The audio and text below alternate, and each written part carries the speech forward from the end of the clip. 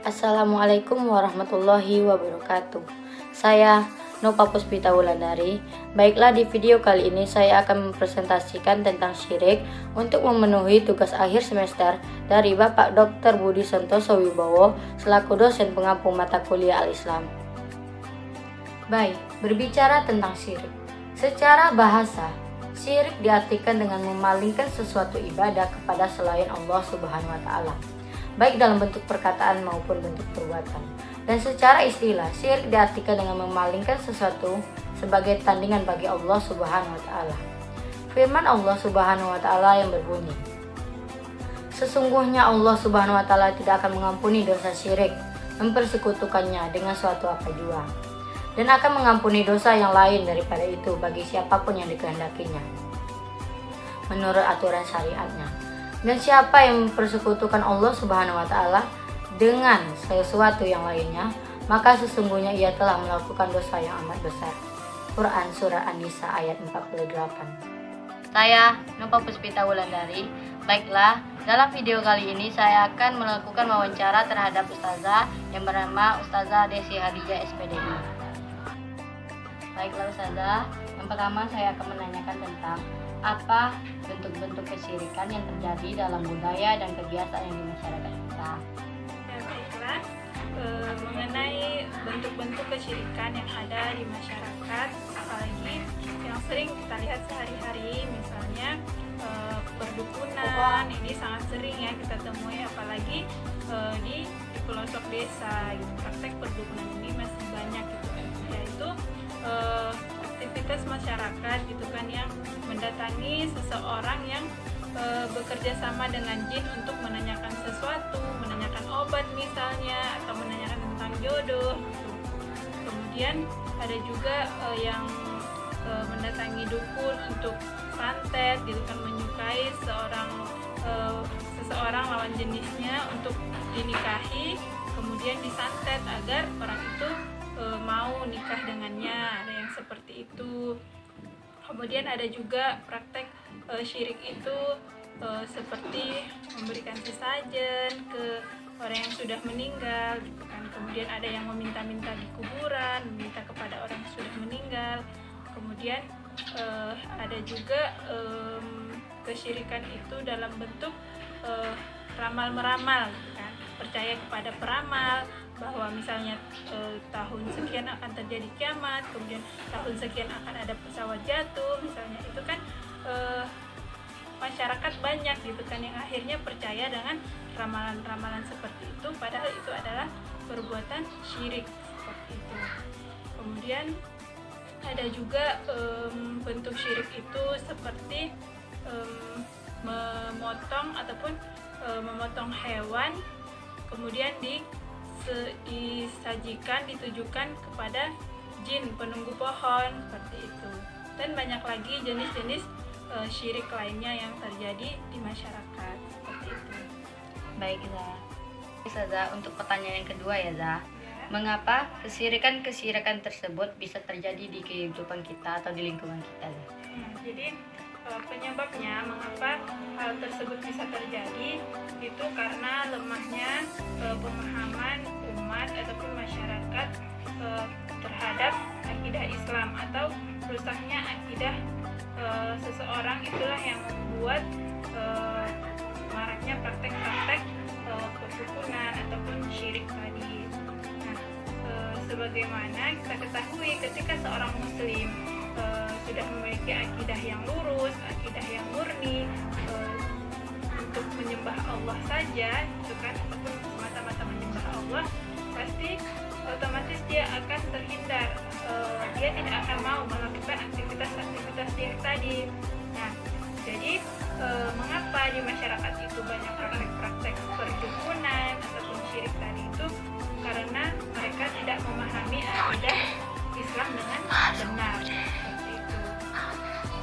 Terima kasih Zah. Ya, untuk pertanyaan untuk pertanyaan ketiga, bagaimana cara menghilangkan kesyirikan tersebut di lingkungan kita Zah? Karena tadi penyebabnya itu adalah karena rusaknya akidah masyarakat ataupun kurangnya pemahaman terhadap akidah yang benar. Nah, berarti solusinya yaitu harus memperbaiki akidah gitu, meluruskan kembali akidah umat, memahamkan umat ataupun memahamkan masyarakat tentang akidah yang lurus, dan memahamkan masyarakat bahwa praktek-praktek syirik tadi itu adalah hal-hal yang bisa merugikan mereka gitu kan, ataupun yang bisa menjerumuskan mereka ke neraka karena sudah menyekutukan atau menduakan Allah seperti itu. Jadi intinya harus mendakwahi masyarakat agar paham mana yang boleh dilakukan dan mana yang tidak boleh dilakukan. Untuk pertanyaan keempat ya, Zah. Apa bahaya bagi kehidupan kita atau apa bahaya bagi orang yang telah terjerumus ke dalam kesyirikan itu?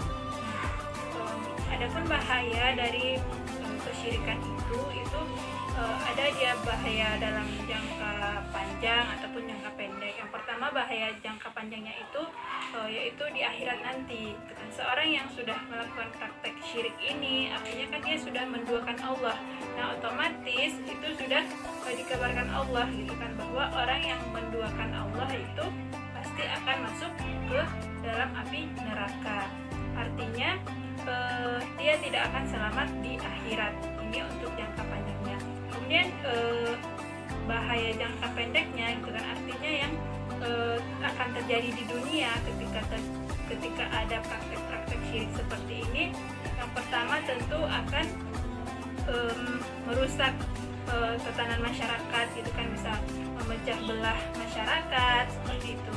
Kemudian menghalalkan darah seorang muslim gitu kan, karena kan dengan praktek-praktek perdukunan itu tadi, misalnya ada yang sampai menumbalkan orang gitu, menumbalkan manusia karena bekerja sama dengan jin gitu kan, itu kan sudah jelas merugikan ataupun menghalalkan darah seorang muslim seperti itu.